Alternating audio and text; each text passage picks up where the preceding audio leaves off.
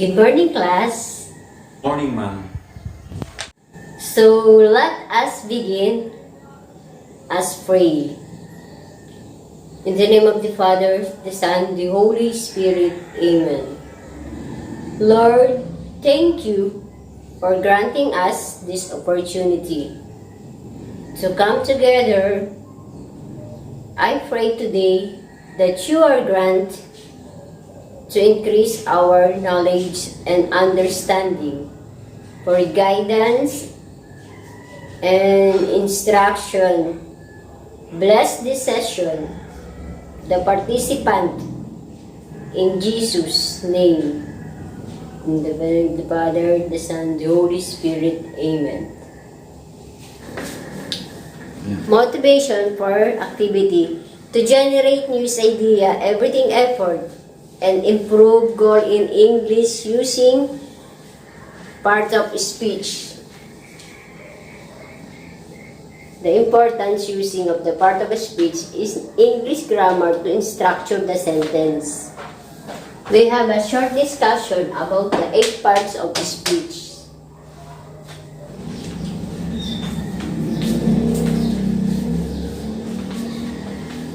The 8 parts of speech are: noun is the name of person, thing, animal, place, or idea. Example of name, Dyna. Example of thing, car. Example of animals, dog. Example of place, tanay. An idea is happiness. Pronoun.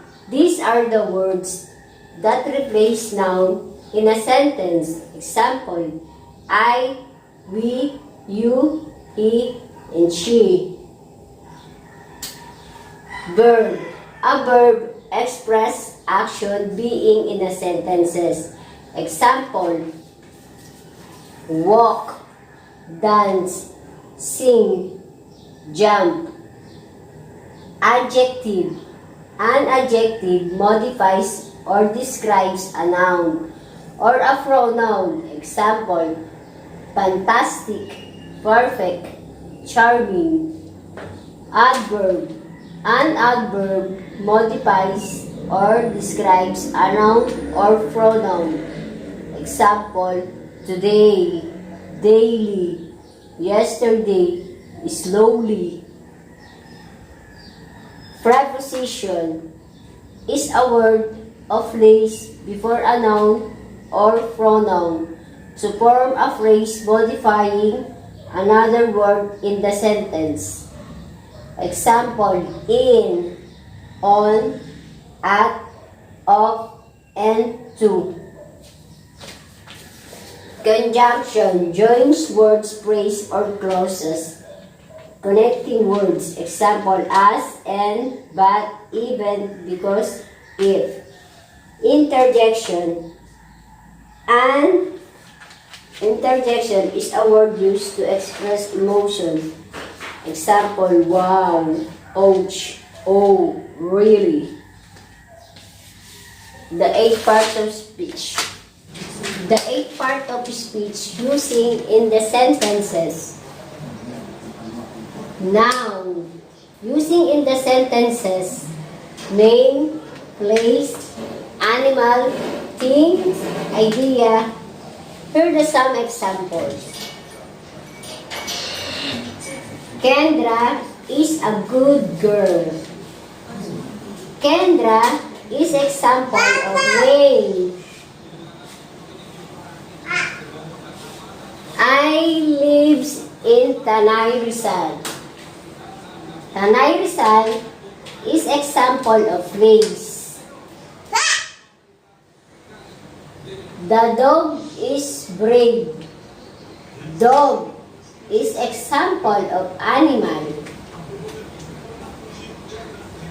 The car is brand new. Car is the example of thing. The birthday girl is happy.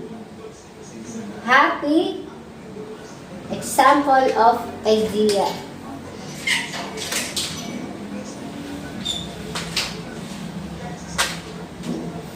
Pronoun.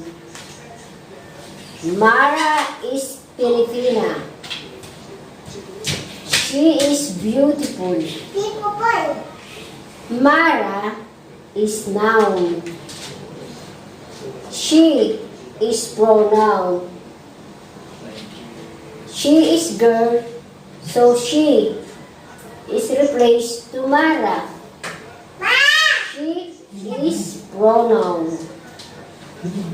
He wants to be a good doctor. He is pronoun.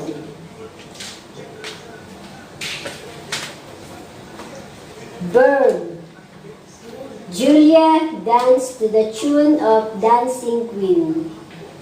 Dance is verb. Swimming is my talent. Swimming is verb. Adjective. I'm very happy because I have a new bag. Happy is adjective. She is a famous artist. Famous is adjective. Number 5, adverb. I was busy yesterday, but today I have a time to relax.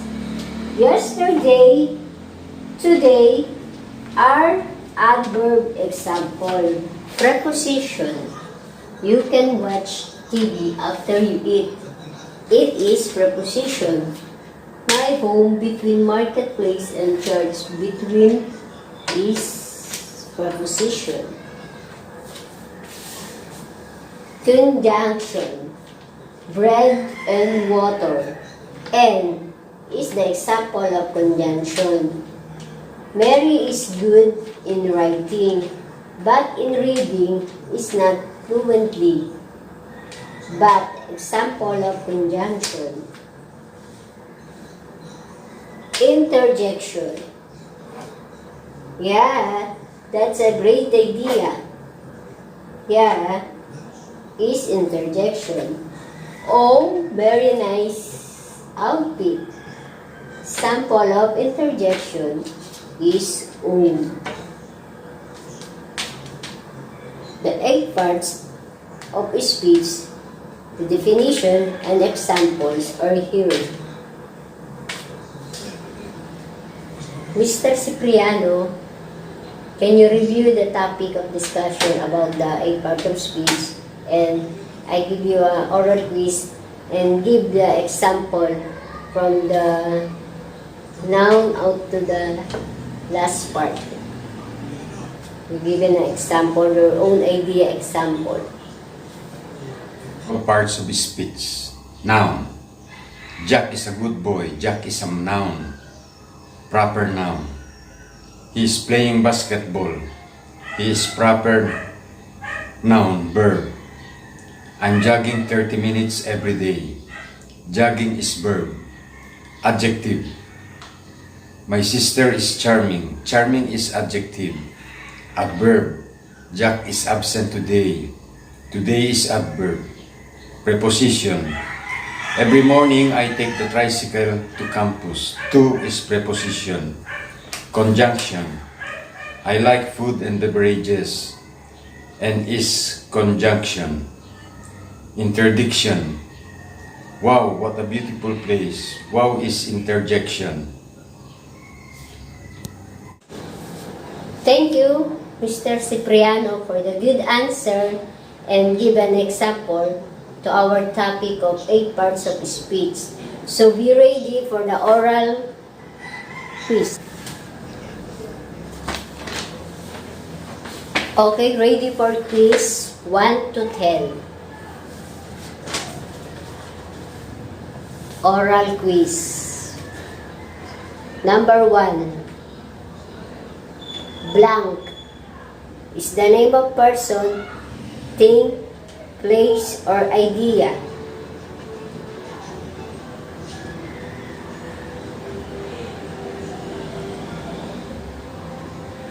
Number 2. Give example of name, place, and animal.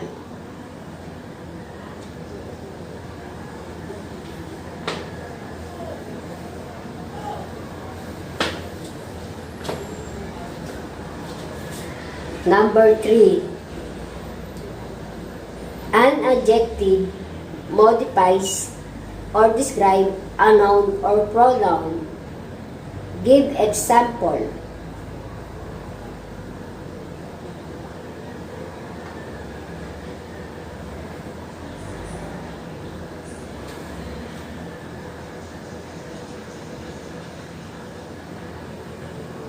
Number 4.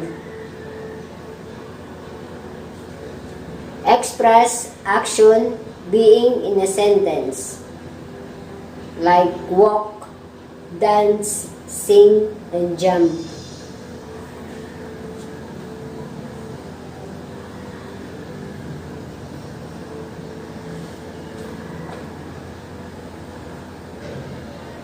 Number 5.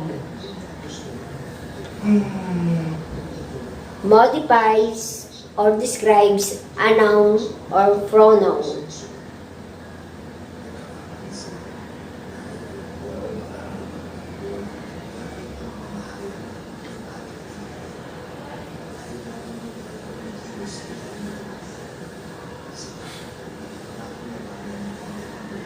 Number 6. Give example of preposition in 3. Example.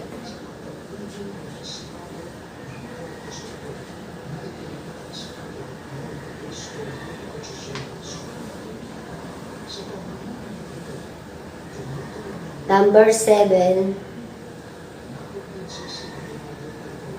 Word phrases or clauses connecting words.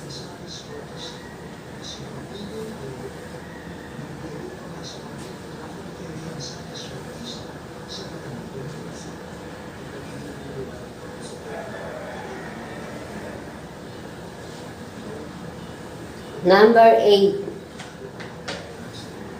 Give example of interjection.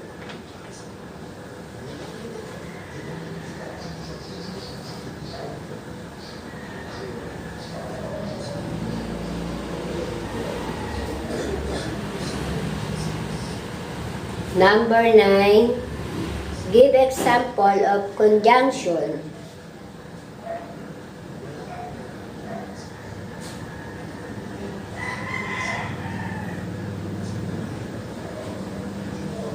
And number 10 is bonus.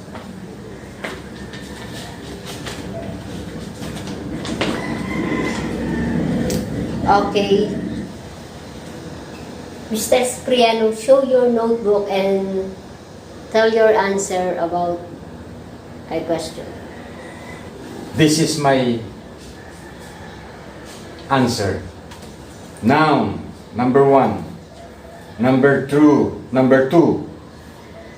Andro is the name. USA is place. Horse is animal. Number 3. Fantastic, perfect is the example of adjective. Verb. Number 4. Number 5. Adverb. Number 6. In, to, at. 3. Example of preposition. Number 7, conjunction. Number 8, yippee, really. Number 9, and, but. Number 10, bonus. That's all. Thank you. See you. So, very good, Mr. Cipriano, for your answer. You have a perfect score, 1 to 10. Rank 10. So, see you by the next meeting. And thank you.